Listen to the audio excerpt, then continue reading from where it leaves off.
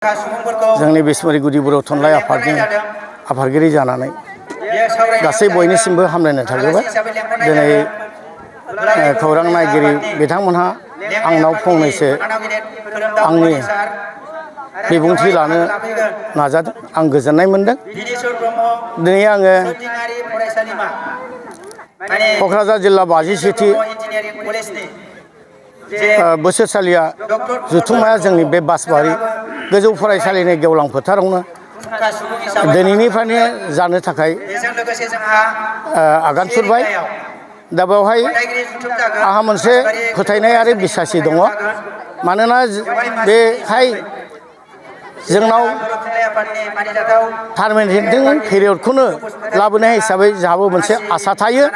जोंनि ओनसोलनि माखासे गोदोसोनाय बे ओनसोलनिफ्राय जोंहा थुनलाइ आफादनि जानानै गोबां मोजां मोजां आलासिफोर फैनानै जोंनि बे ओनसोलनि रायजो राजाफोरनि सिगाङाव मोजां मोजां बिबुंथि होफैगोन। सोलोंथाइनि खोथाखौ लानानै, ओनसोलनि माखासे थासारिफोरखौ लानानै, माखासे ओनसोलनि जोंनि सोलोंनो गोनां बाथ्राफोरखौ लानानै जोंनो दि मोजां बिबुंथि होफैगोन आरो जोङो नाजानायाव मोजां मोजां आलासिफोरखौनो मोनबोनो हादों। दा बेनि गेजेरजोंनो एसेब्लाबो जोंनि बिसमुरि ओनसोलनि रायजो राजा, फरायसाफोर, फरायसुलिफोर, फोरोंगिरिफोर एसेब्लाबो जोंहा गियान मोनगोन, बोसोनथि मोनगोन। बेनिफ्रायनो जोङो माखासे जोंनि ओनसोलनि जौगानायखौ एसेब्लाबो जोङो आवगायहोनो हागोन। आंहा बेनि थाखाय गिबि गोजोननाय थाहैबाय।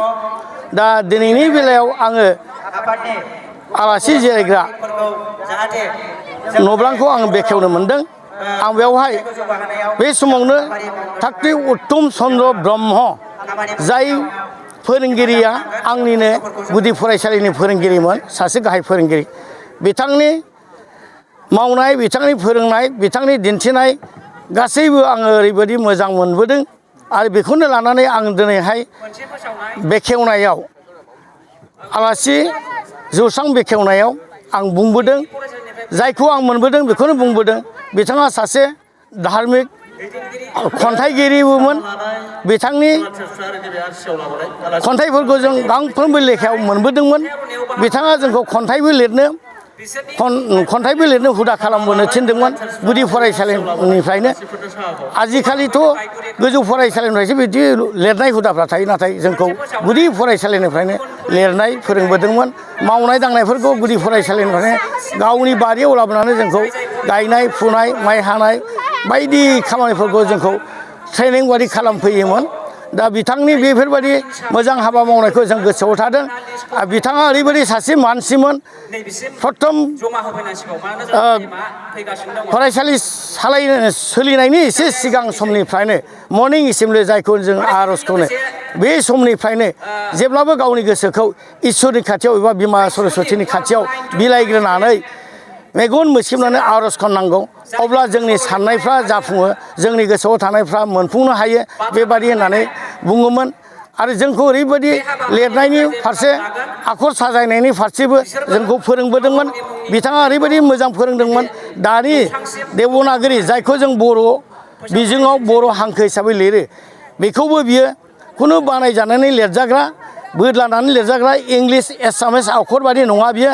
जायखौ साफायदों बे साफायनाय महरैनो मोजाङै लिरनांगौ, अब्लासो जोंनि आखरफ्रा मोजां बेरखाङो, अब्लासो सिनायनो हायो।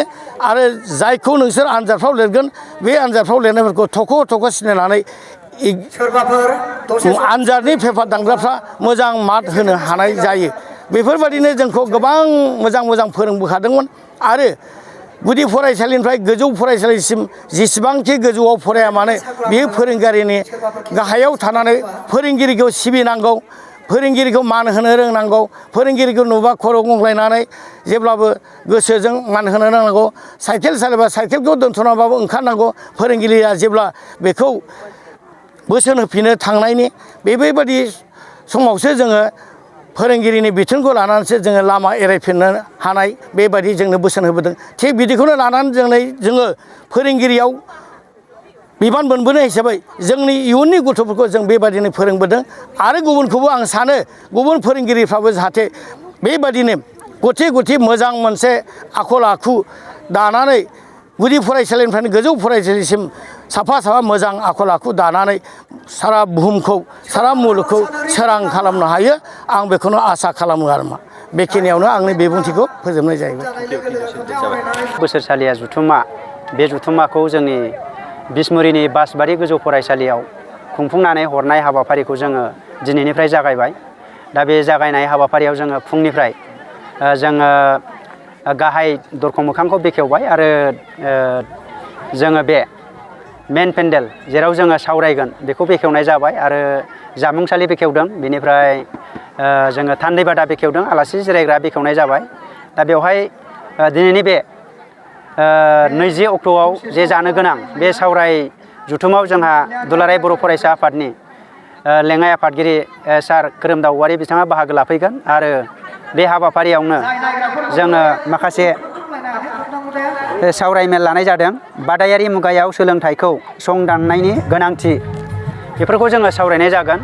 दा बेवहाय ओनसोल हिसाबै आङो बेखौनो खावलायदों जे जोङो बर' राव, बर' भाषा, जे बर' लेंगुवेज बे रावफोरखौ जोंहा खोब गोग्गानाय मोनो जे जोङो सा सानजा भारतआवनो जे आसामिस, मणिपुरि आरो बर' रावा जे भारतारि मोनसे संबिधानाव जे जोंहा थिसननो हादों बे रावा खोब गोग्गाथाव। बेखायनो बे जोंनि बर' थुनलाइ आफादखौ मोजाङै मोजां जाफुंसार होनायाव मदद होनो थाखाय आङो जोंनि ओनसोलनि मेलेमजिबि आरो बुद्धिजिबि रायजो राजा, गोजौ फरायसालि, गेजेर फरायसालिनि गासै फोरोंगिरिफोर आरो बे फरायसालिनि जे सामलाय आफादनि जे बिबानगिरिफोरखौ गासिखौबो लेंहरनायलाय नोंथांमोना रायजो राजा लोब लोब फैनानै दिनै आरो गाबोननि बे हाबाफारियाव मोजाङै मोजां बाहागो लाफैनो थाखाय आङो आखाइ खबजबै खावलायहरनाय जाबाय। गोजोन्थों।